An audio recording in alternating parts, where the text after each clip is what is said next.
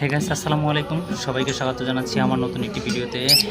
আপনাদের যারা আমার ভিডিও দেখছেন বা আমার চ্যানেলটি যারা সাবস্ক্রাইব করে অলরেডি আমার ভিডিও দেখতেছেন সবাইকে স্বাগত জানাচ্ছি, এবং যারা আমার ভিডিও আজকেই প্রথম দেখতেছেন সবাইকে অসংখ্য ধন্যবাদ।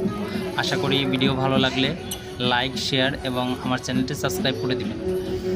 আজকের এই ভিডিওটি করা হচ্ছে, উদ্দেশ্য হচ্ছে যাদের পাখি পালার খুব শখ বা পাখি পালতে চান, পাখি নিয়ে অনেক চিন্তা ভাবনা করেন যে পাখি পালবো কী করব। আমার আসলে এরকমই শখ থেকেই শুরু করা।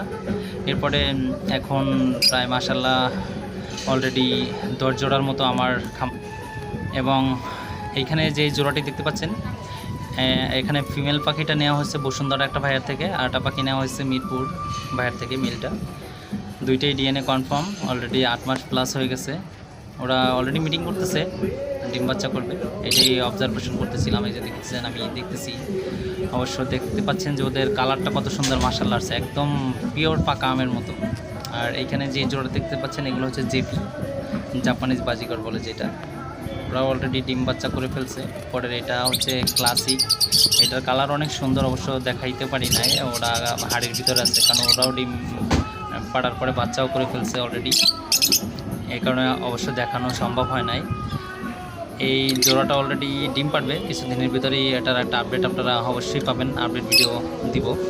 একদম পিওর পাকা।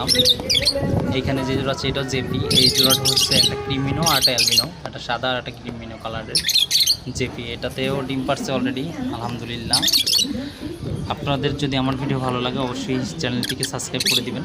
এবং দেখতে পাচ্ছেন কালারটা মাশাআল্লাহ অনেক সুন্দর আছে, অনেক সুন্দর। এবং অলরেডি মাথার হেডের কালারটা একদম লাল টকটকা করা হয়ে গেছে, হলুদ কালারটাও পিওরভাবে চলে আসছে অলরেডি। আপনারা পাখি যারা বুঝতে অসুবিধা হয় যে বয়স কম, অনেকে আপনাদেরকে বলে দিতে পারে যে বয়স হয়েছে, আসলে হয় নাই, হইলে এরকম কালার আসবে অবশ্যই। সবাইকে অসংখ্য ধন্যবাদ ভিডিওটি দেখার জন্য। আসসালামু আলাইকুম।